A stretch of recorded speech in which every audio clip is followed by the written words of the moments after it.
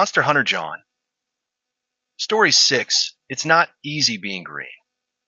It was a Wednesday when Kent walked in to say hello after being homebound from the hospital. His slight infection had forced the doctors to keep him that extra day when Mr. Black had visited us and told us about his part of the events. That vampire caper was over, story closed. For now. Kent sat down somewhat heavily. He still wasn't well, but perhaps found the workplace more relaxing than home.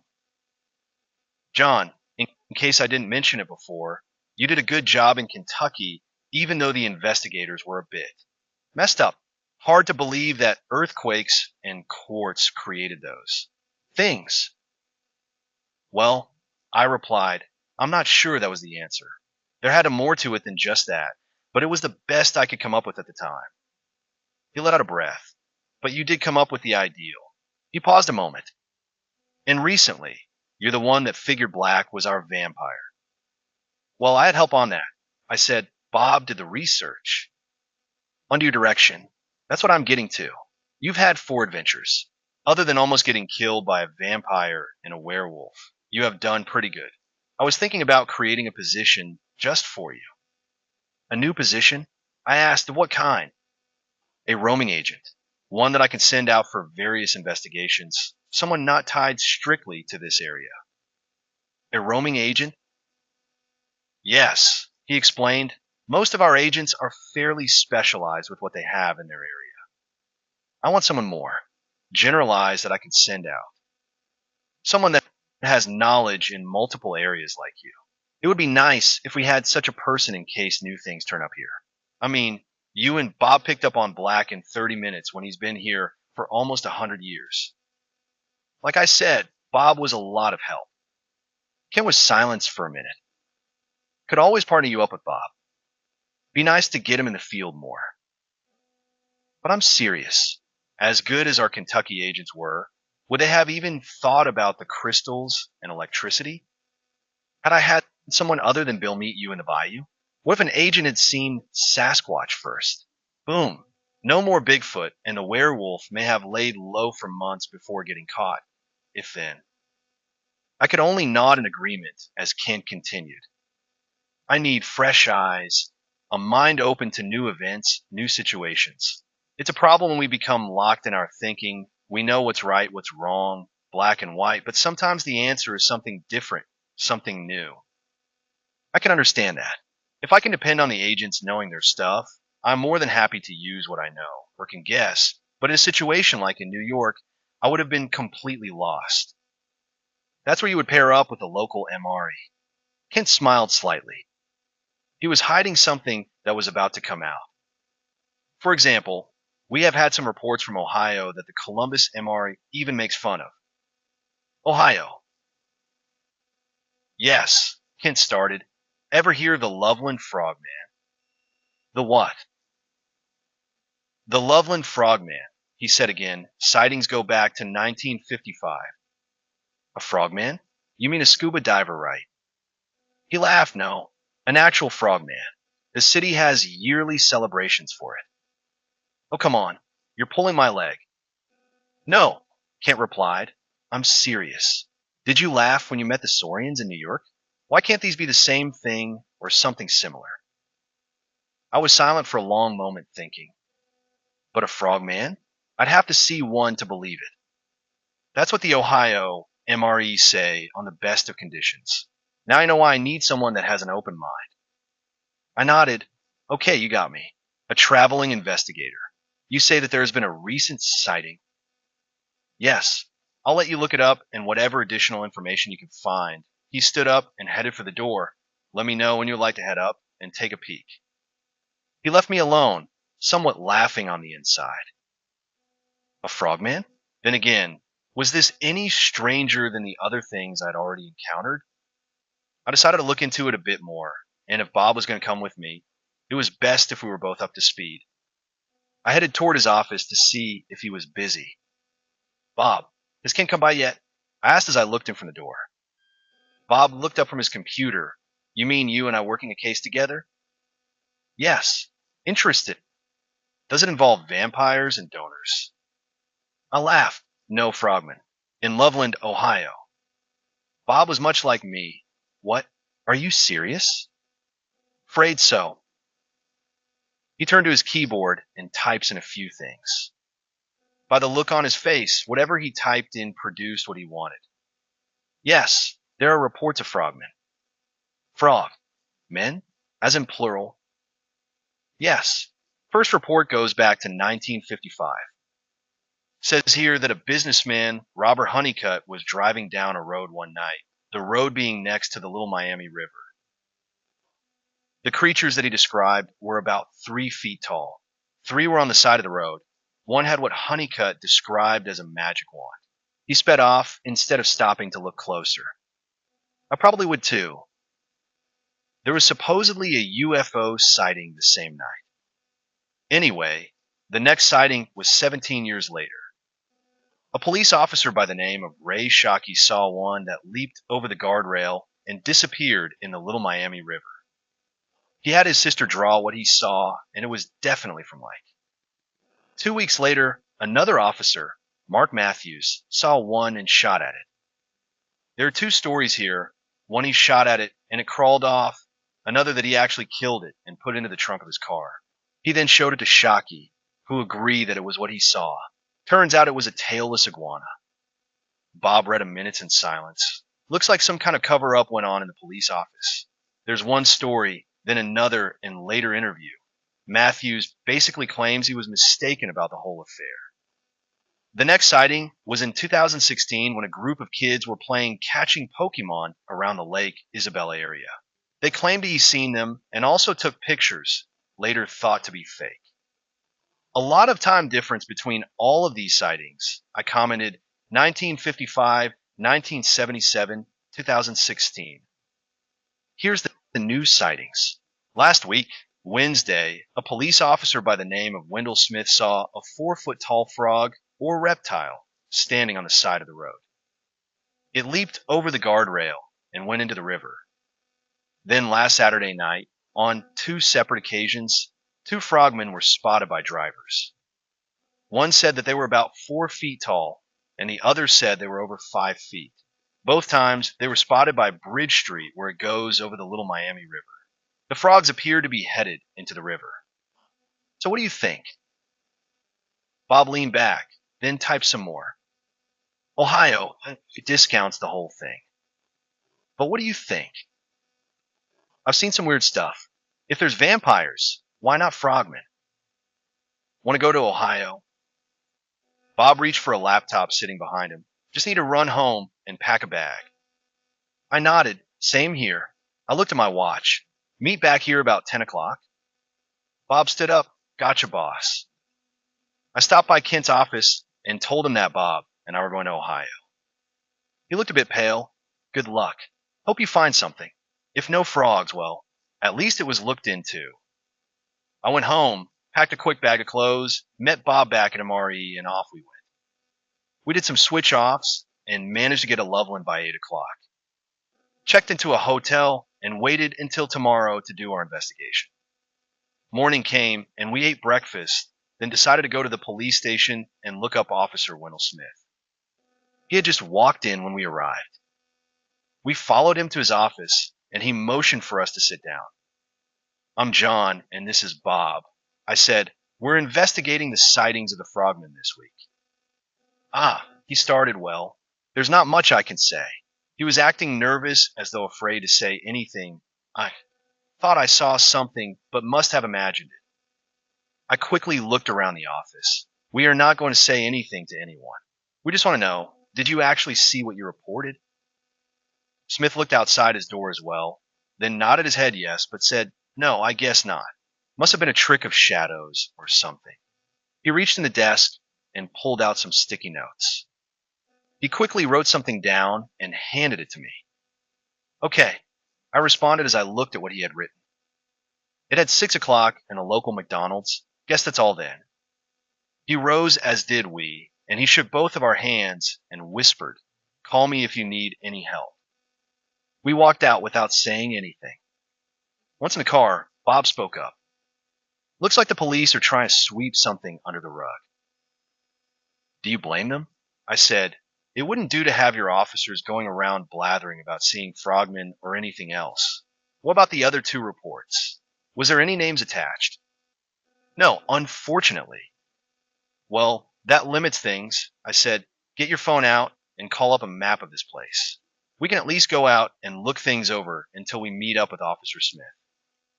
Bob looked up the area on his phone, and we went to the area that the sightings were. Highway 275 went over the river, but an access road around Lake Isabella allowed us to go down to the river. After parking off on the side of the road, we got out and started to look the area over. The Little Miami River was right through the woods. We got out and began to walk down to the river, keeping our eyes open for any clues. Once at the river, we looked at the bank.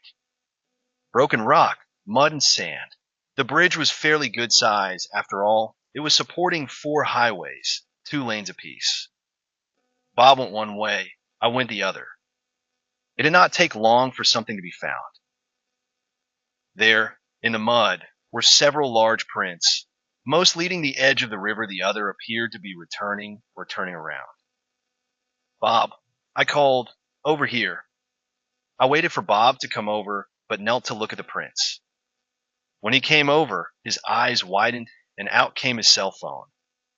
"These prints are definitely webbed, and they're the right size for something frog-like," I said as I ran my finger along one.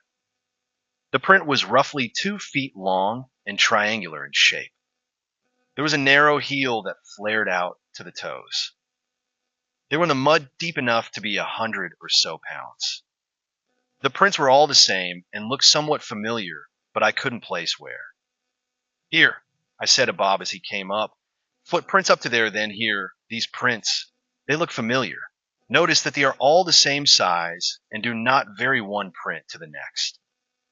"Yes," Bob said, "but they go right into the river." He was right, they did. I could even see some in the river bottom. Wait a minute. I pulled my own phone up and accessed the net. It took me a moment, but I found what I was looking for. I showed the picture to Bob. "So you think these were made with flippers?" "Unless our frog people have no toes." I answered, "See, there are only 2 structures on the side. I suggest we continue looking." We separated again. Bob going downstream. I went upstream. I had covered another 50 or so feet when I saw some more prints. However, these were different. They were slightly smaller, webbed, and had toes. 5 of them, each different lengths than the other toes. And they were all different. A living foot, not a fake one. There were several. They came from the river and went around the shoreline. Best I could tell, there were 2 or 3. They went up the bank, but then it became too rocky to leave footprints. But I could also see where they mulled about the bank before they went back into the river. I went upstream some more, but found nothing. I headed back down after stopping to take pictures of the tracks that I had found. Bob was also slowly making his way back. "I saw where those prints of yours came out of the water about 20 feet down. Looks like 2 people came out of the river and went up to the parking lot." I nodded. "I found some more up there. These were not the same. I think that we may be dealing with 2 different things here. The ones I found looked real. They had 5 toes, were flexible, and showed movement. Fake frogs and real frogs." "I'm not sure. There seems to be. But why would there be human divers here? And would someone really think they are frogmen?" "It's dark, late at night. You see something off to the side for a few seconds, dressed in a dark, wet suit around the river. You've heard of the Loveland Frogman. What would you think? So what about the divers? They're searching for the frog people." I looked at the bridge. Highway 275. 2 lanes east, 2 lanes west. Then I thought about a story that a friend of mine had told me about his days of scuba diving in Florida. He often told me of the times he would dive old bridges for bottles and even the newer bridges for jewelry that people lost when diving off the bridges, and sometimes illegal stuff that people being chased would throw out and come back later to get. I looked at Bob. That, I think, is something Officer Smith might shine some light on. We got back in the car. "Let's go look at some other places we can get to and see if we find anything. We've got a lot of time to kill." We went down several roads, Bridge, Avenue, and others. We stopped where we had access to the river and found nothing of interest.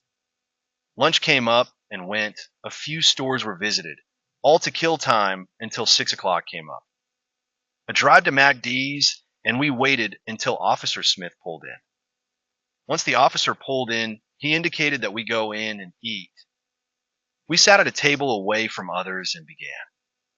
The office doesn't want me to go on record with what I saw, Smith said between bite of burger, but I saw 2 frogmen down by Lake Isabella.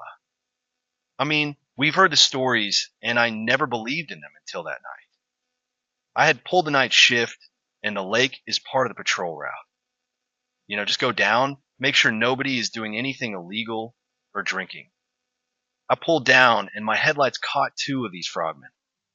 They were lit quite well. I could almost count the spots of their bodies. They were about 3 to 4 feet tall. Dark green, bipedal. I did not see any clothes or weapons. They looked at me for a couple of seconds and then went into the river and were gone. I went down with my flashlight, saw some footprints, but nothing else. I reported it when I got back to the car.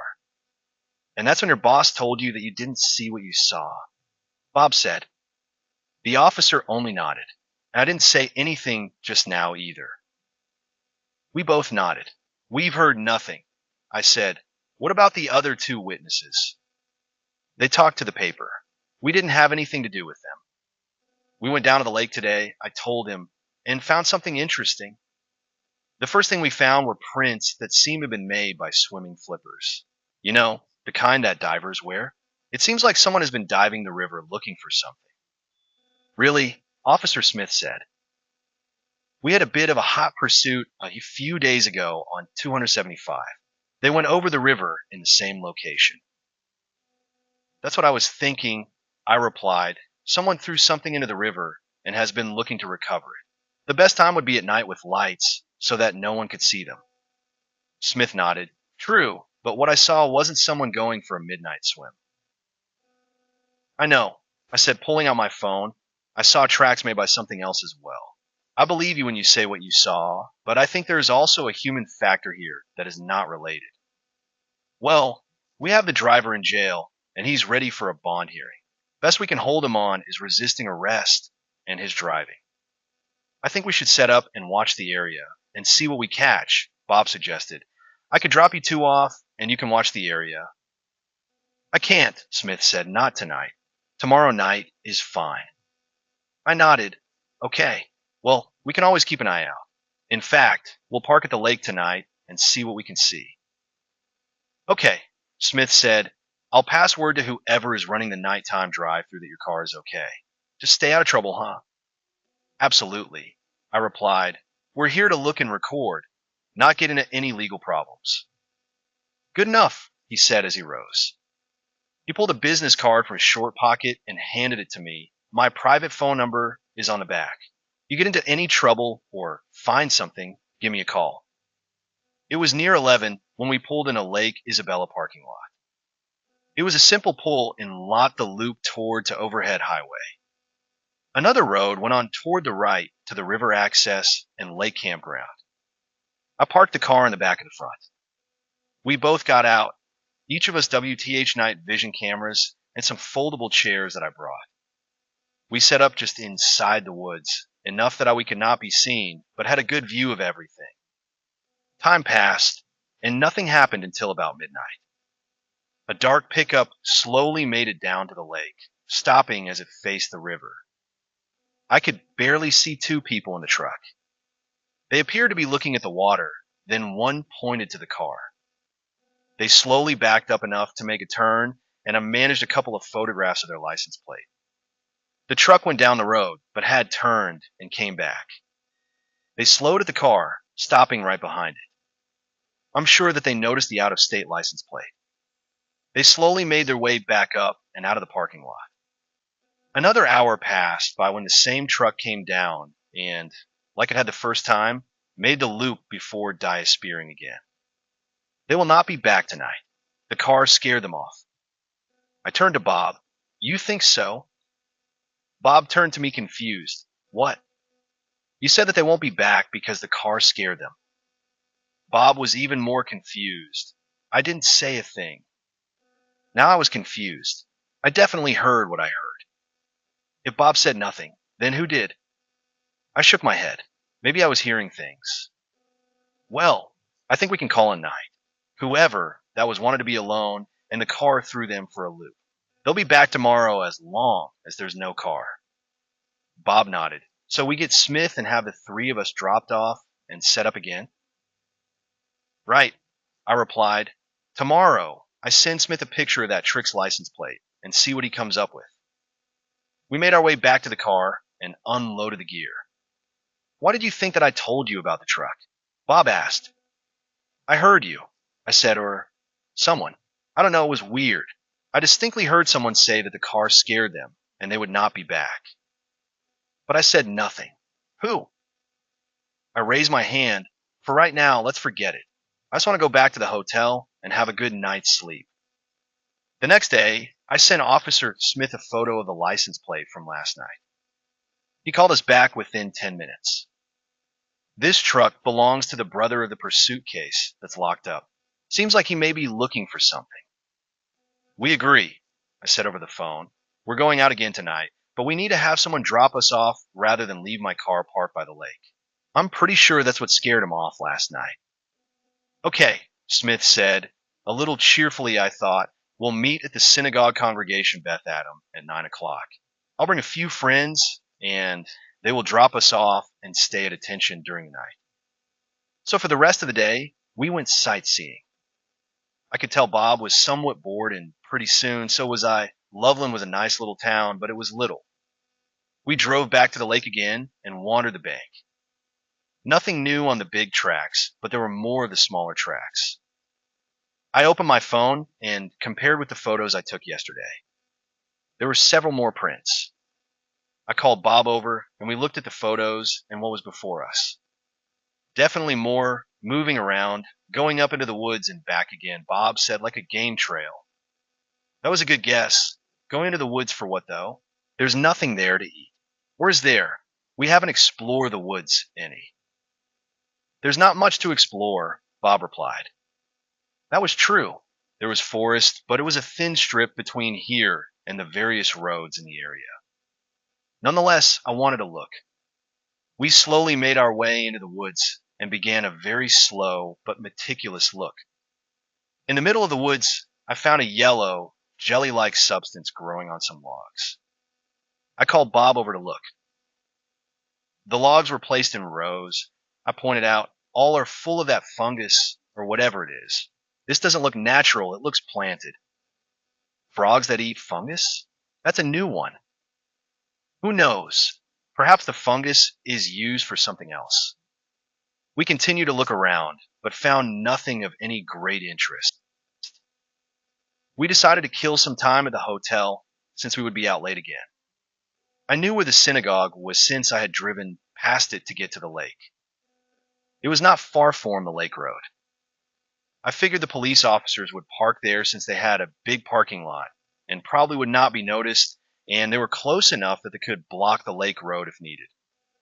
9 o'clock came by, and we met two patrol cars in the synagogue parking lot. Smith said that they also had a patrol car at the lake campground. We packed our chairs and night vision, and off we went. I decided not to tell Officer Smith anything about the other frog prints. If there really were frog people, I felt it might be best not to say anything. The officers dropped us off A&F, then left as we outed into the forest. Fortunately, Smith brought his own folding chair. We set up pretty much where we were last night. Smith gave one last message on his radio, then we sat down and waited. Midnight came, a few minutes passed, then the lights slowly came down the hill. Like last night, they parked so that their headlights lit a path to the river. They parked that way for a good 5 minutes, then someone got out on the passenger side. He reached in the bed of the truck to collect something, then walked away as the truck backed up and pulled into the parking lot.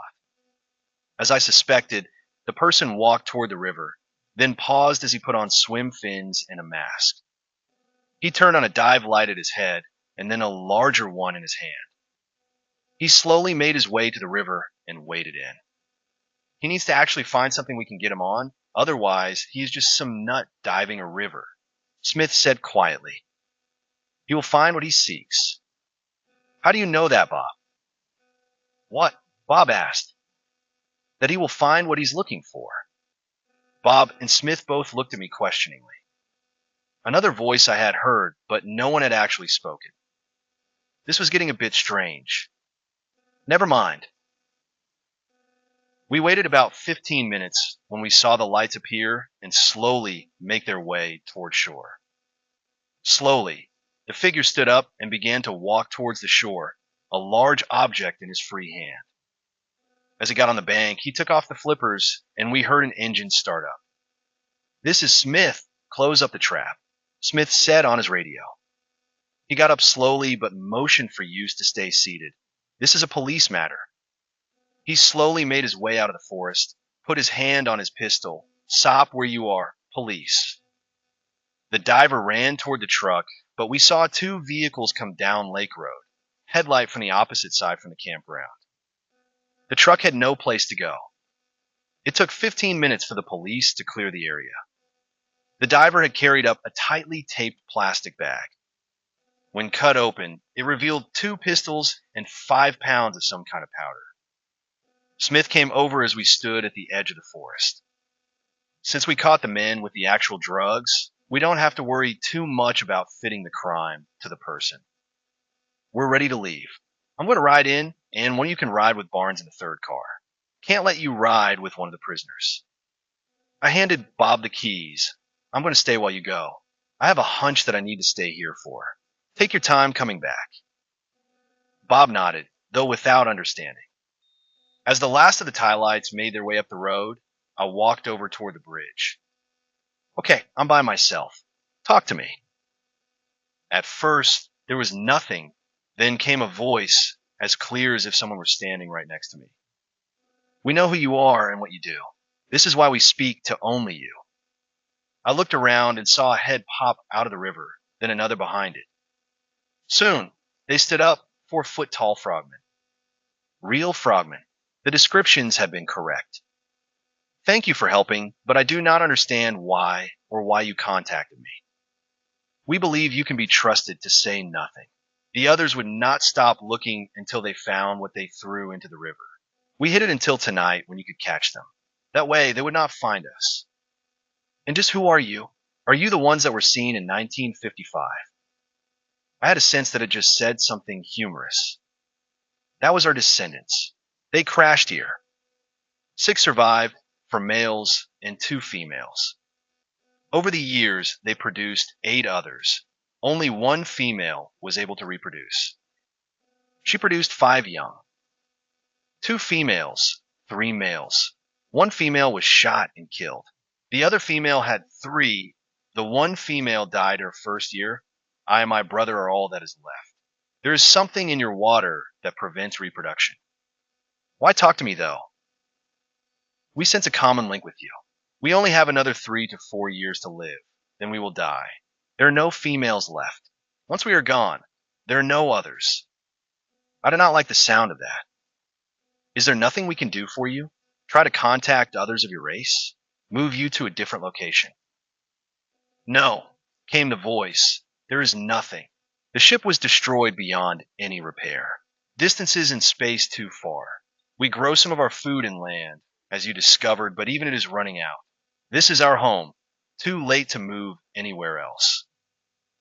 We thought that at least one human should know the truth, came the other voice. Can we hold you to our secret? I gave a slight laugh. I would think that you would already know that. Yes, I will. Then we must go. They slowly disappeared into the water as I heard a car coming down the road. I walked back. It was Bob. He stepped out, looking in my direction. For a moment, he focused on something behind me. Is that? I turned and saw a head go below the water. Yes and no, I said, let's go. I'll try to explain. Once back at the hotel, I gave Bob a story that he did not quite believe. Finally, I said, all I can say is that I made a promise not to tell what or who I saw. I'm afraid for the whole story, you will have to make that up, at least for another 5 years. Bob wasn't happy with that, but agreed to keep whatever questions he had in himself. I want to tell him the full story, but since the frog people had talked to me, well, communicated telepathically, and not the two of us, I felt that I should keep things quiet even to Bob. We got up the next morning. A thank you had been sent by text message from Smith. Apparently, last night's bust is what they needed to make the case and close it. He wished us a safe drive. Once back at HQ, I went home. The next day, I walked into my office and sat down. I had a report to type in, but wasn't sure what to enter. I must have stared at my screen for several minutes when a familiar figure appeared at my door. It was Kent. He looked normal. Apparently, he had gotten better over the days that Bob and I were gone. Welcome back, he said, taking a seat. Having some trouble on your report? That caught me by surprise. I hadn't noticed just how long I was staring at the screen. Yes, I am. He nodded. Bob told me yesterday that something abnormal happened up there, but you were very close-mouthed about it. What's up? I was silent for a moment. I did not want to lie to Kent, but I also had a promise to keep. I wasn't sure that the frogman would know if I said something, especially this far away, but I felt that I still shouldn't tell Kent or anyone else. Let's just say that I made a promise and can't really say anything for at least 5 years. Kent was silent, but was nodding. I figured something of the sort. First, don't feel bad that there's something you don't think you should talk about for whatever reason. I have a few. Things that I don't tell anyone, that I've had to keep secret. It's not something unknown to us. He got up and walked to my computer. Here, on your report form, down at the bottom is a small icon that looks like a lock. Click it and a new report form comes up. He clicked and a new form came up. It looked just like our standard report form. Now you can report whatever you actually saw. When done, click on this icon and it will ask when this file could be released. Months, years, time of your death, that type of thing. Upon save, this goes into the MRE master archive. It will not be released until whatever you set as the release time. Only 2 people have access and can open the file, and that is you and the head of MRE. I nodded like a time capsule. Right. All I ask is that after this, you fill out a normal form as best you can with what you can. It helps us if there should be any future investigations and will be forwarded to Ohio. He put a hand on my shoulder. John, don't worry about it. It's rare that we have something we keep hush-hush, but it does happen. He headed for the door. John, the character of some people is not what they say, but most often what is not said. He left me sitting in the office. With the new form before me, I typed everything that had happened. Well, I thought it meant everything. I set the release time for 5 years or my death. Hit enter. File 212 saved in the archives. 211 other files. I suddenly had a vision from Indiana Jones with the storage facility containing all of the crates being stored. 211 files, all secret. Wow. I quickly typed up my regular reports, not saying much, but at the end, I included a contact me in case anything else definite came up. I sat pondering the entire case. I decided then that I needed to make some apologies to Bob. I walked to his office, found him looking over his computer. I knocked on the door frame, and he motioned me to come in. Bob, let me apologize for being so closed-mouthed about what happened. Bob put a hand up. No need, pal. Ken explained things yesterday. Some things are best kept quiet. I may not like it, but I understand it. After all, you were the one that was hearing things, not me. Whatever happened up there, it concerned you specifically. I feel left out, but that's the way some things happen. I nodded. Okay. Didn't want you to feel like I was snubbing you or anything. He shook his head and smiled. Never thought that. I went back to Kent's office and saw him sitting down, looking a bit tired. You okay, Kent? Yes, he smiled, just a little tired. Everything done. I nodded. Everything done, I said, taking a seat. So, anything new?